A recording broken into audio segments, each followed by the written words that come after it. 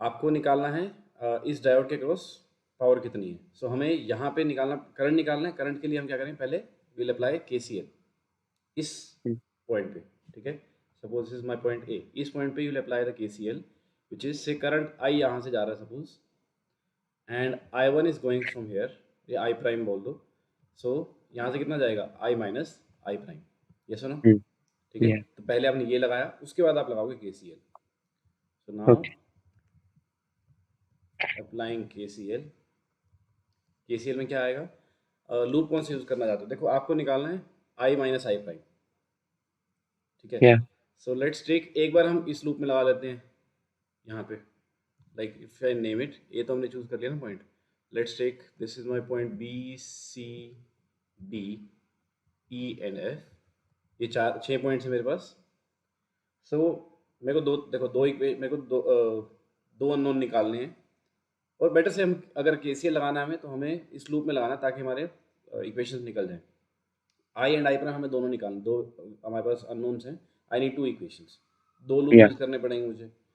So let's take one loop as B F E C, B F E C outer वाला, सिर्फ अंदर तीनों को हटा के पूरा एक लूप मान लो उसको, ठीक है। Okay. बट ध्यान रखना है करंट इसमें जो आ रहा है वही लेना है हमें। सो लेफ्ट साइड में अगर 1 ओम में देखूंगा तो मेरे को करंट आई लेना है। अगर मैं इस वाले 1 ओम में देखूंगा तो मुझे करंट कितना लेना है, आई माइनस आई प्राइम, ठीक है। Let's apply the KVL, KCL है, ठीक है। क्या करेंगे, हमारी डायरेक्शन ऑफ ट्रेवर्स यही रहेगी, एंड जैसे Yeah. जैसे मैं डायरेक्शन ऑफ ट्रेवर्स में ऊपर चलता जाऊंगा, यहाँ से मैं ऊपर जा रहा हूँ, यहाँ से मतलब नेगेटिव से हायर पोटेंशियल, तो आई राइट 6.5, पोटेंशियल ड्रॉप बढ़ रहा है। देन यहाँ से करंट, करंट के डायरेक्शन में जा रहा हूँ, मतलब पोटेंशियल ड्रॉप कम होएगा। Yeah. सो आई से 1 इंटू आई, ठीक है। उसके बाद पॉइंट कौन सा आता है मेरा, डायोड आती है सीधी। अब डायोड के लिए आई ड्रॉप 0.5, ठीक है। Minus एंड देन यहाँ 0.5 पे क्या I आएगा, minus I prime. Minus I prime times of 1 is equals to 0। That's it, एक इक्वेशन ये आ जाएगी, ठीक है। इसको थोड़ा सिंप्लीफाई कर लेते हैं। सो 6.5 माइनस ये तो 6 बन जाएगी, 6 माइनस आई, और यहाँ पे भी I, minus 2 I and plus I prime. एक इक्वेशन ये बन गई, कोई डाउट इसमें।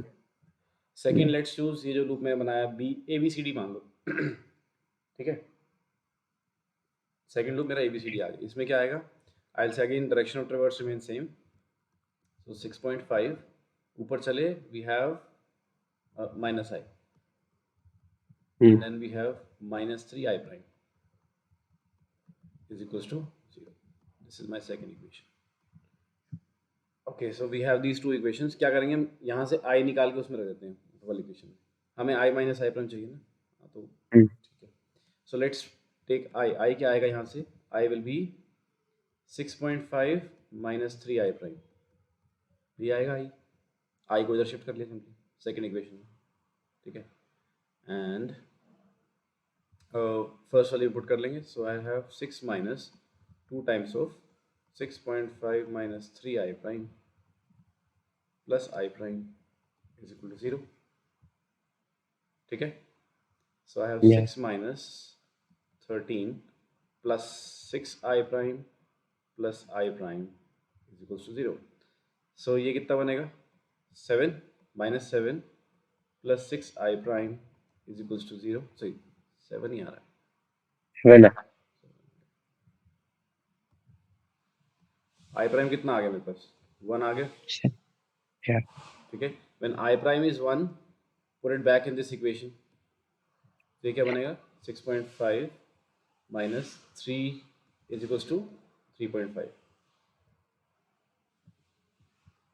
ठीक है।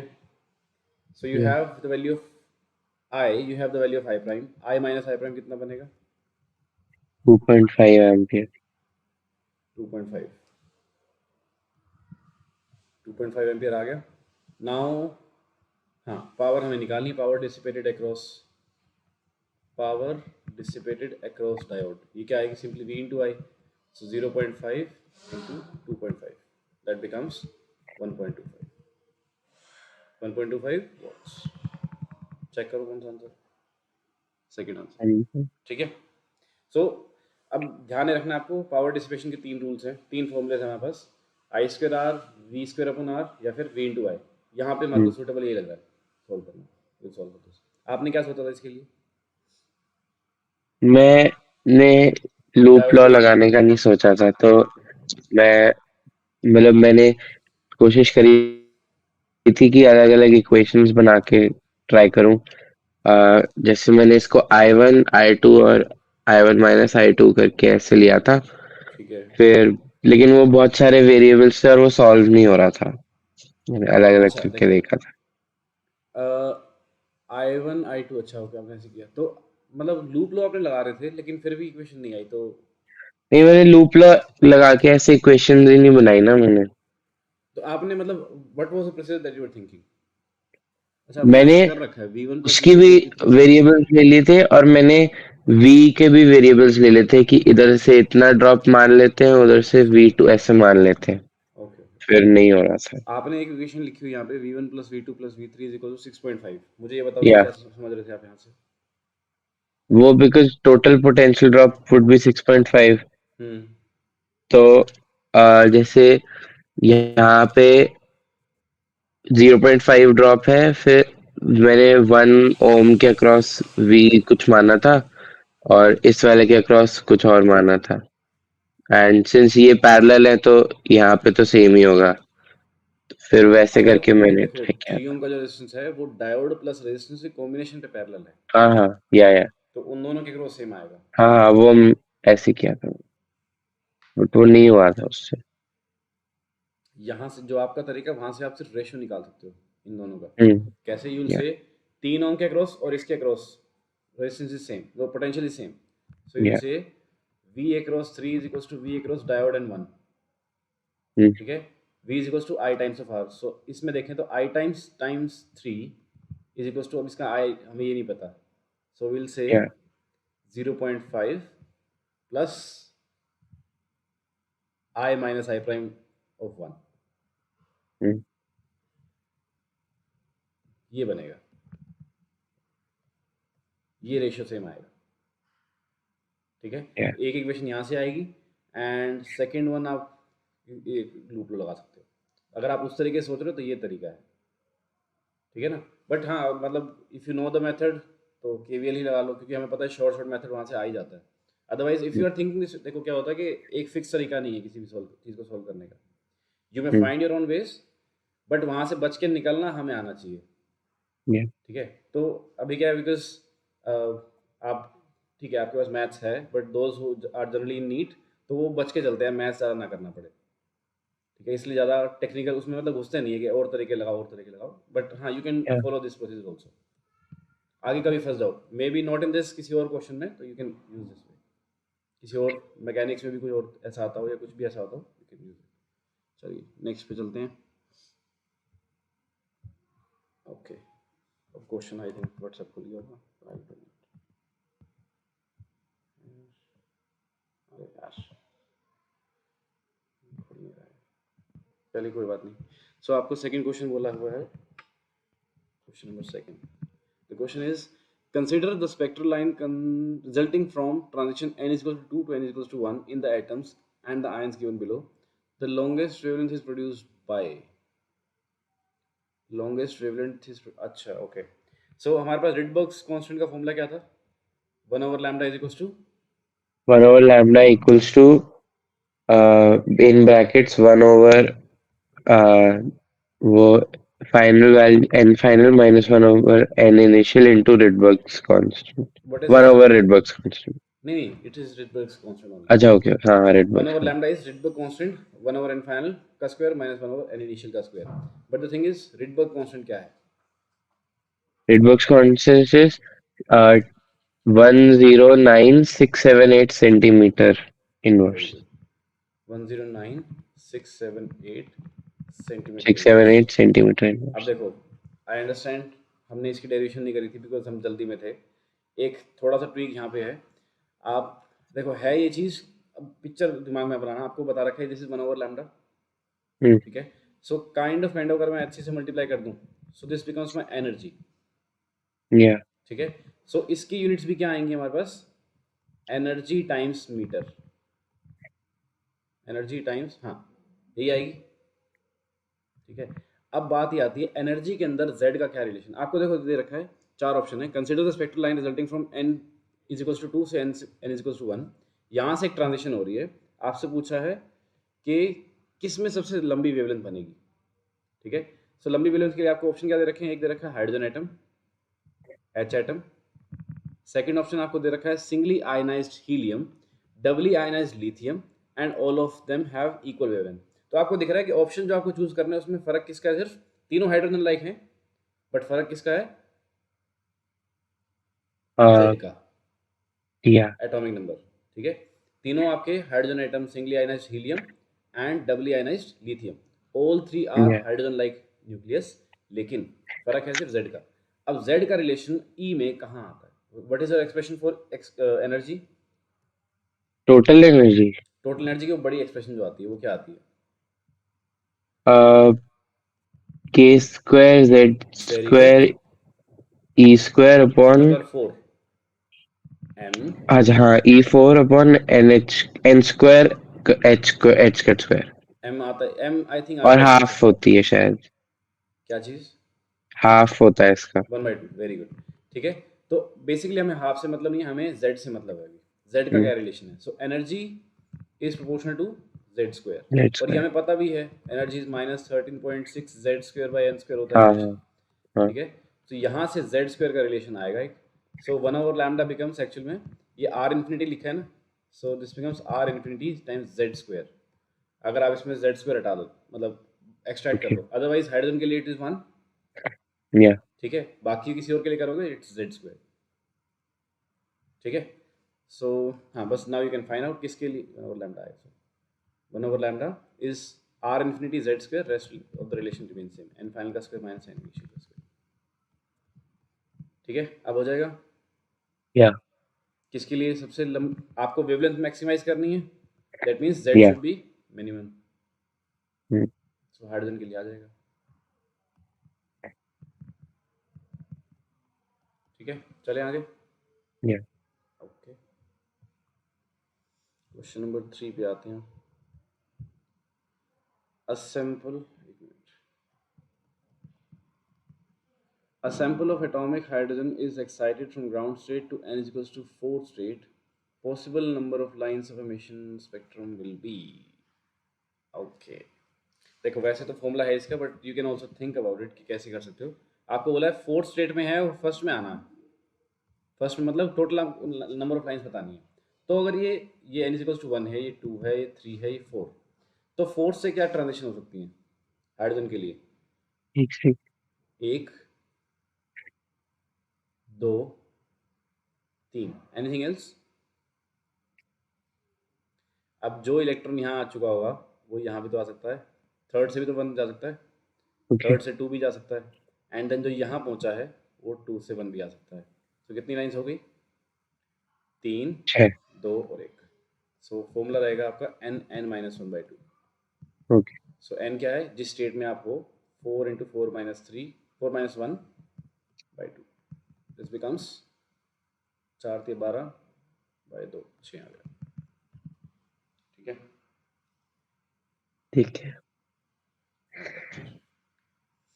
मतलब अगर ये फॉर्मूला नहीं भी, ये वैसे केमिस्ट्री में ज़्यादातर पूछते हैं क्वेश्चन ये वाले या ट्रांजिशन लाइन्स वाले, बट अगर नहीं भी हो तो आप यहाँ बना सकते हो इसको कि कहाँ से कैसे आएगा। हम क्या करते हैं जनरली, ये 3 सोच रहे थे, 3 सोचा हुआ आपने, या बट जो इलेक्ट्रॉन यहाँ पहुँचा है वो भी तो नीचे जा सकता है।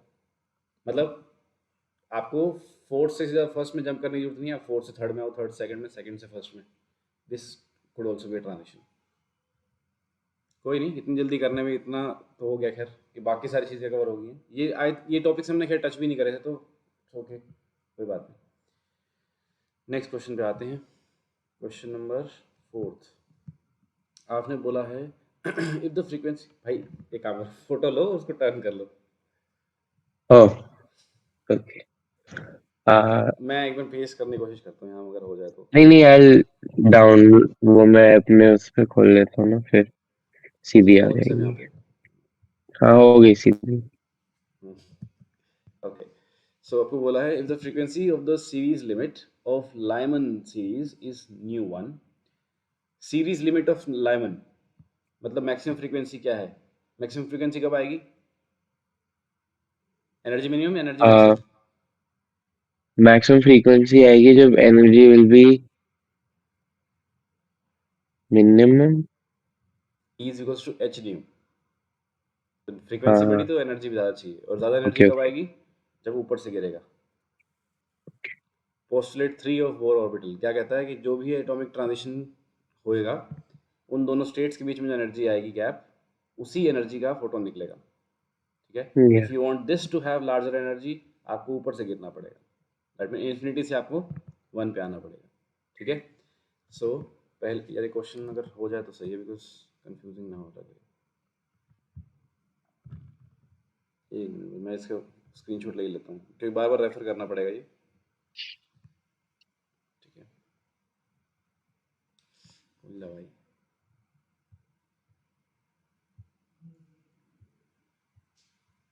कोई नहीं, चलो तब तक स्टार्ट करते हैं।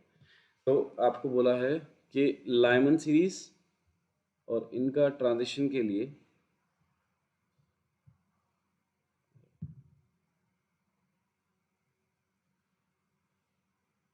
क्या होगा?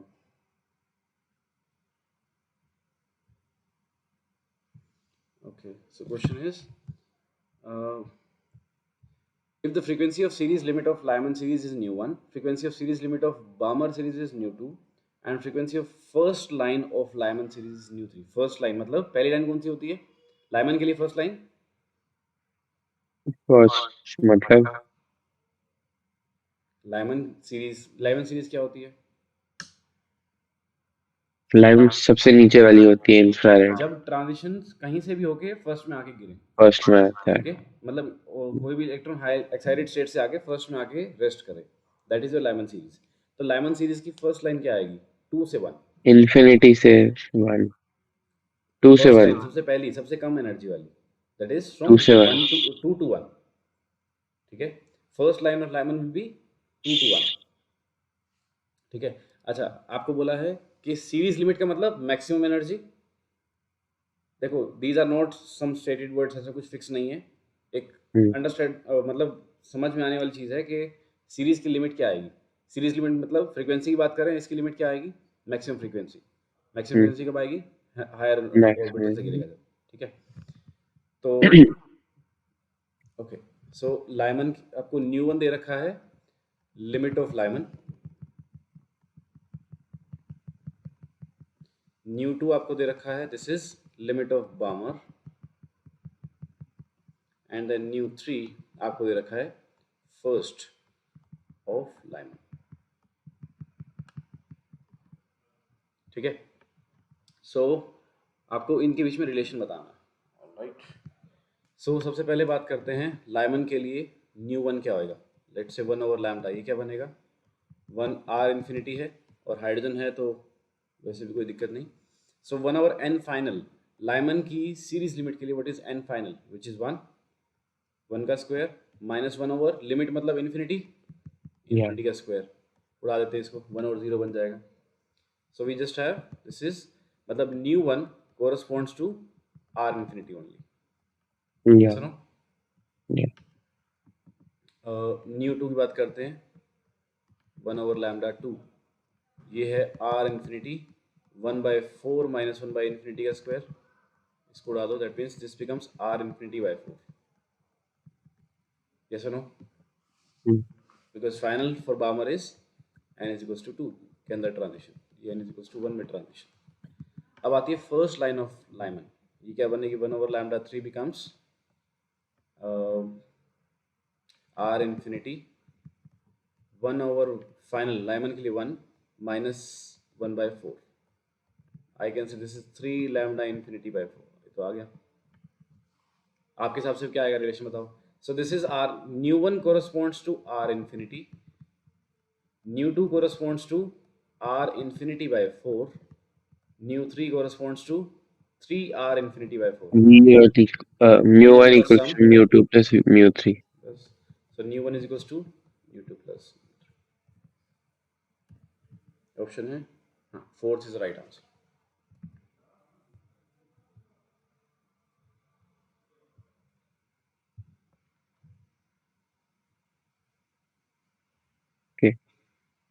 एक मिनट में आपको खोल ही लेता हूँ मैसेज को।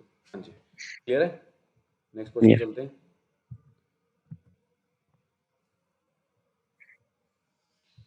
सो नेक्स्ट क्वेश्चन आपको दे रखा है, question number 5th, which is hydrogen like atom of atomic number z is in the excited state of quantum number 2n. It can emit a photon of frequency 204 electron volt. If it makes a transition to quantum energy state n, photon of energy 40.8 electron volts is emitted. Value of n will be, एक minute, hydrogen like atom है of atomic number z is in an excited state of quantum number 2n. It can emit a photon of maximum energy. maximum energy मतलब 2n से सीधा 1 में आएगा, ठीक है, वो मैक्सिमम एनर्जी आएगी। तो लेट्स फाइंड आउट एनर्जी है ना, सो 1/λ निकाल लेते हैं पहले। ठीक है, 1/λ बिकम्स, हाइड्रोजन लाइक है तो आर इन्फिनिटी आ जाएगा खाली। अच्छा, हाइड्रोजन लाइक है तो जेड स्क्वायर भी आएगा, ठीक है ना। हाइड्रोजन होता तो it would be r infinity, hydrogen like है that means Yeah. Z square भी आएगा। एटॉमिक नंबर जेड दे ही रखा है मैंने, ठीक है। क्वांटम स्टेट हाँ, तो दिस बिकम्स 1/1 माइनस 1/4n²। भाई 2n से आ रहा है तो n फाइनल तो आपके 1 है और इनिशियल सेट वाज 2n, तो ये आपकी एनर्जी आ गई है। ये जो लैम्डा कॉरस्पॉन्ड कर रहा है this is corresponding to energy of 20, या हम इसको दूसरे तरीके से कर लें, सीधा एनर्जी और रिलेशन से। लेट्स टेक ई एन का रिलेशन क्या होता है, this is -13.6 Z square by N square होता है। स्क्वायर बाय एन स्क्वायर, इसी से ही कर रहा था मैं। हाँ हाँ ठीक है। सो आपको बोला एनर्जी दे रखी है 204 electron volt, 204 is equals to -13.6 Z square by N square. अच्छा, हम ट्रांजिशन करानी है ना हमें, तो एनर्जी आपकी ये आएगी 4n का स्क्वायर, राइट, 4n का स्क्वायर माइनस, या बेटर से प्लस हो जाएगा, नहीं उल्टा कर दिया मैंने। देखो इसमें आता क्या, E final minus E initial बनेगा ना, जो भी ट्रांजिशन का एनर्जी होगी। Lower state is more negative, upper state is less negative, ठीक है। सो दिस माइनस दिस करेंगे तो will have some positive value, ठीक है। सो ऊपर माइनस, ठीक है, हाँ तो फिर सही रहा, 13.6 Z square by 4n square plus 13.6 Z square bye 1, ठीक है। दिस बिकम्स 13.6 कॉमन लेते हैं, जेड स्क्वायर भी कॉमन ले लेते हैं, that's it. So we have 1 minus 1/4n square, ठीक है, ओके। तो ये 204 इलेक्ट्रॉन वोल्ट है। दूसरा आपको दे रखा है 40.8 इलेक्ट्रॉन वोल्ट्स, 40.8 इलेक्ट्रॉन वोल्ट्स क्या है, this is for if it can emit a photon of maximum energy if it makes a transition to quantum number n। अच्छा 2n से अब अगर n में आ रहा है तो एनर्जी कितनी आ रही है, 40.8 है, okay. So this becomes E final n square minus plus आ जाएगा 13.6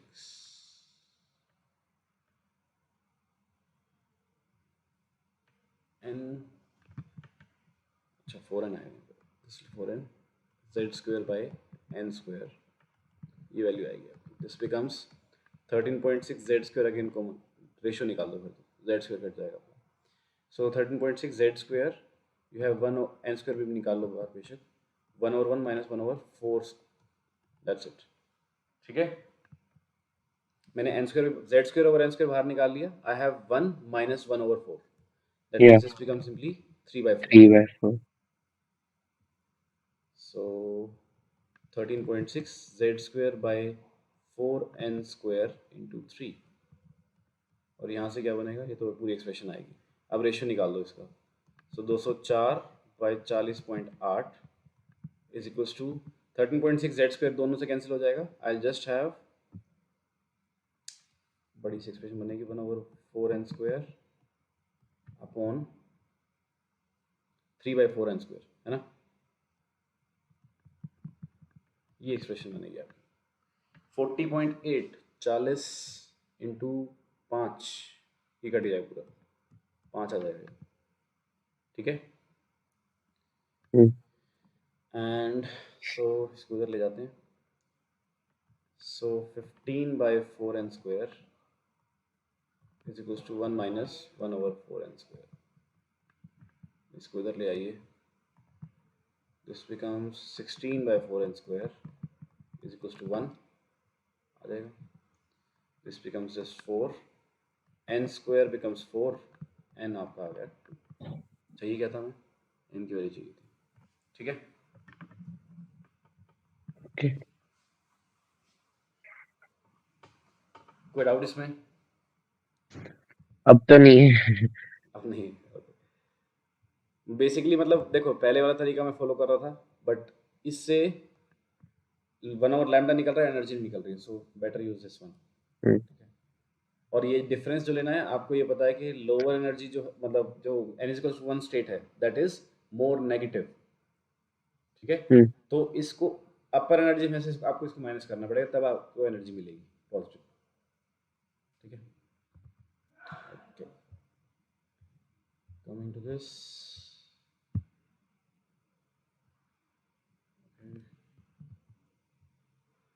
नेक्स्ट क्वेश्चन है. फोटो ले आता हूँ. ऑलराइट.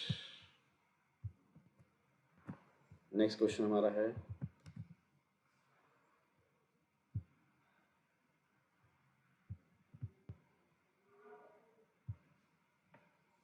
ओके. क्या बोला है? Nucleus of mass m plus delta m rests at rest. ये रेस्ट पे है, मतलब initial velocity zero and it explodes into 2 daughter nuclei. अच्छा, इतना मैंने अभी सिर्फ क्वेश्चन की एक लाइन पढ़ी है. मेरे को इतना समझ में आ चुका है. क्या लगेगा? Can you give me a hint? क्या लगेगा? आ, सिर्फ मैंने फर्स्ट लाइन पढ़ी है. A nucleus of mass m plus delta m at rest explodes. At rest and explodes, ये दो वर्ड्स ने मेरे को बता दिए क्या करना है मेरे को. कैन यू टेल मी क्या करेंगे? Any guesses? हम लोग न्यूक्लियर बाइंडिंग एनर्जी से रिलेशन में कुछ करेंगे. नहीं. और कुछ? मतलब binding energy will help us to understand कि हो क्या रहा है, but this is the topic of actually centre of mass and something related to that. ठीक है. हाँ. अब देखो कैसे. नहीं. नहीं यार. Okay. So you have a nucleus having a mass m plus delta m. ठीक है. Which is at rest. Initial speed is zero and it hmm, explodes. Hmm, पहली चीज हमें दे रखी है दिस इज एट रेस्ट. ये हमें बता रहा है कुछ, and then we have that is it explodes. Now the thing is yeah, कि एक पड़ी हुई चीज एक्सप्लोड हो रही है. What is the external force on the system? zero. External force is zero. अगर हम्म, एक्सटर्नल फोर्स जीरो है तो this is equals to mass into acceleration of centre of mass which should also be zero. So acceleration of yeah, centre mass is zero. That means centre of mass move नहीं करेगा. हम्म, बाहर से कोई force नहीं आएगी तो centre mass move नहीं करेगा. नहीं करेगा दैट मींस आपका momentum is conserve. F external zero है मतलब मोमेंटम इज कंजर्व. यस और नो? yeah, वाइल से बाद में, अच्छा ये जब एक्सप्लोड होएगा तो दो हिस्सों में टूटेगा. एक हिस्सा जाएगा आपका इधर की तरफ विच इज ऑफ मास कितने दे रखे m बाई 2, एंड दूसरा हिस्सा कहाँ जाएगा बताओ? टू दूसरा कंजर्व हिस्सा मोमेंटम. दूसरी तरफ जाएगा. बिल्कुल ऑपोजिट डायरेक्शन में, 180 डिग्री या. ऑपोजिट. सो दूसरा जाएगा यहाँ पे m बाई 2. ठीक है. It has to go in this direction to conserve momentum. ठीक है. हम्म, वह आप कुछ बचे, आपके पास बचा नहीं इसमें कुछ और करने के लिए. मोमेंटम कंजर्व करिए तो पहले तो. So will say m plus delta m times 0 is equals to m by 2 into u1 plus m by 2 into u2. So you get u1 is equals to u2. Hmm, Yes or no? या. Okay. Now we'll conserve the energy. Energy conservation क्या होगी? अब देखो जब m plus delta m टूट के m by 2 चला गया तो मास कितना बच गया हमारे पास? डेल्टा m मास जो है मेरा वो वेस्ट हुआ इन अ वे. हम्म, m दो हिस्सों में टूटा, डेल्टा m बच गया, तो ये हम्म, मास कहाँ जाएगा? In giving the energy. So we'll या. say delta m times c square is equals to half m v square, double because हमारे पास दो पार्टिकल्स. जो भी मेरे पास ये मास डिफेक्ट काइंड ऑफ जो चीज़ बची है डेल्टा एम, दिस इज इसको ख़त्म करके मैं एनर्जी ले रहा हूँ और एनर्जी दो हिस्सों में जा रही है and the kinetic energy would be half M V square. So half mass of each particle time speed of each particle. आपको बताना क्या है क्वेश्चन में, स्पीड ऑफ डॉटर न्यूक्लियर. यहाँ आपको U1 बताना है और U1 U2 बराबर है. तो आ गया. आ गया. कौन सा आंसर Yeah. बन रहा है? This will be 2 से 2 कट जाएगा. So 2 delta M C square by capital M का root. This is your U1. yeah. ठीक है, मैच कर गया. Hmm. चलिए coming to the next question. देखो ये क्वेश्चन में से हिंट निकालना पड़ता है कहाँ से क्या दे रहा है हमें. एक हिंट से हमें आइडिया लग जाता है कि क्या पॉसिबली हमें क्या करना पड़ेगा. हो सकता है ना भी लगे, नॉट सेइंग एग्जैक्टली यही होगा, बट नेक्स्ट क्वेश्चन.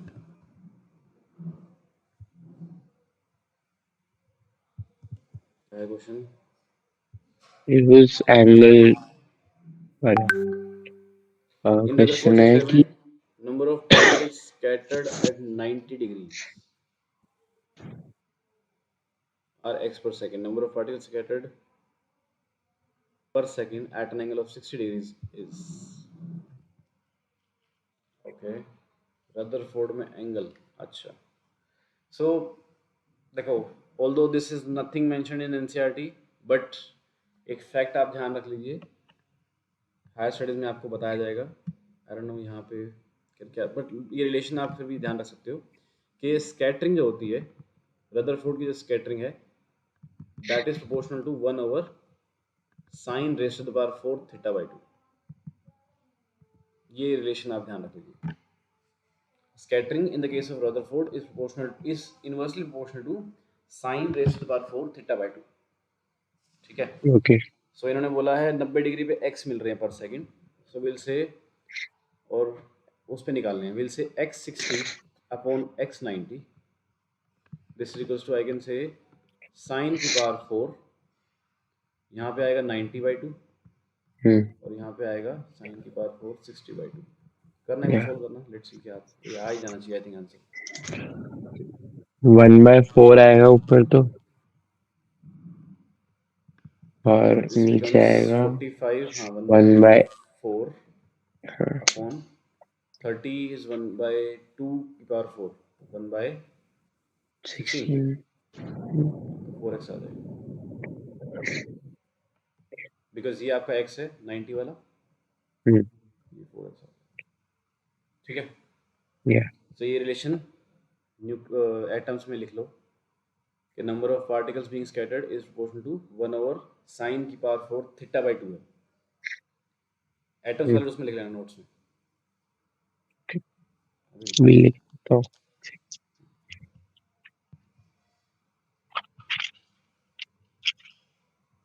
हाँ.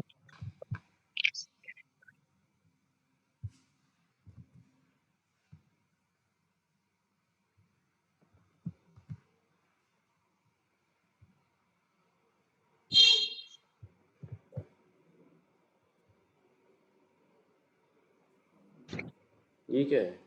Pure silicon. ये तो हो जाना चाहिए यार, इसमें क्या है? एक बार ये Nice ऊपर generic करना.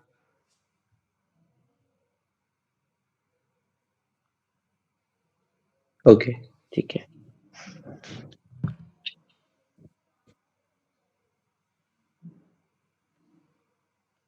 मुझे नहीं पता था कि होल और वो. हमने किया था इसका एक formula, ni square is equals to nh into ne. Intrinsic का square is whole into electron की डेंसिटी. नहीं याद? मेरे को याद नहीं था. कोई बात नहीं.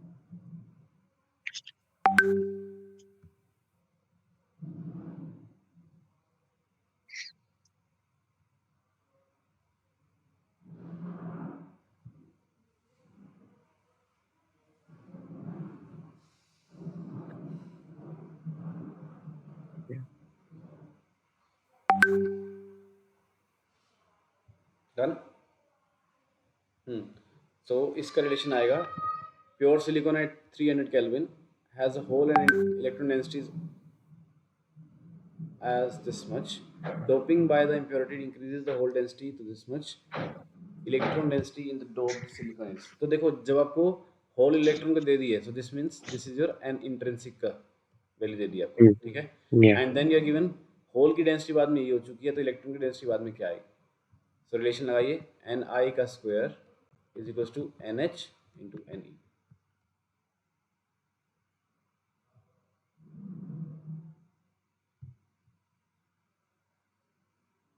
I think there's a glitch.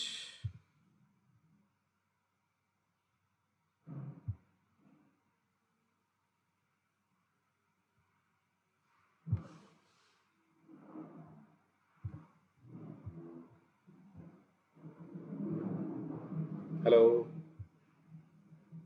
मैं सॉल्व कर रहा हूँ। So ni का square is equals to nh into ne. Okay. करो solve करो।